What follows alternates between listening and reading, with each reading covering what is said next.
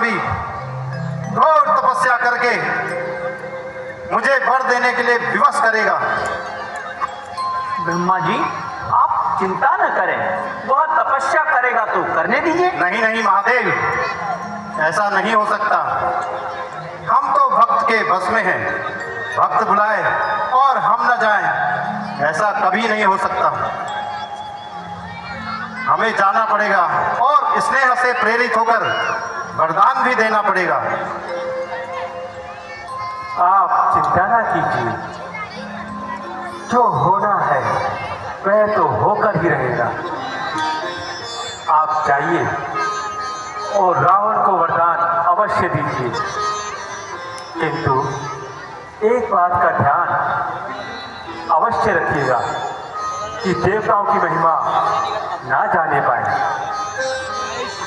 ओहो, अब समझ में आया, यह तो सब नारायण की रचना है।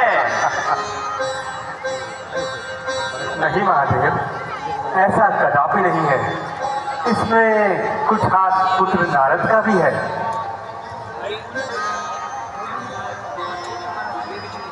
जब जब जो होना होता है तब तब वो होकर रहता है। मैं समझा नहीं।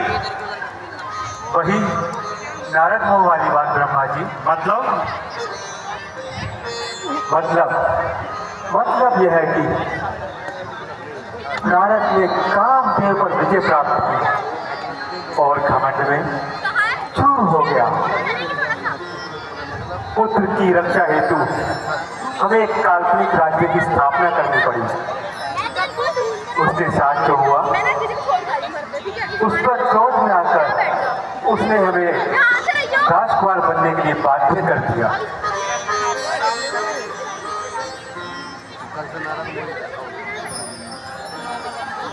यह तो ठीक है भगवान, लेकिन महादेव, आप तनिक भी चिंता ना कीजिए, मैं सब संभाल लूंगा। ब्रह्मा जी, आप दशानन को वरदान अवश्य दीजिए। रावण अभिमान में चूर होकर पृथ्वी पर अत्याचार करेगा। चारों तरफ त्राही और हाहाकार होगा। तब मैं उचित समय पर आकर अवतार लूंगा। हम समझ गए भगवान। क्या कहा?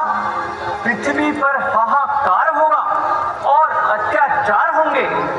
मनुष्य, जंगली जानवर, यहाँ तक कि समुद्री जीव जंतु भी भय में जिएंगे, जिससे आप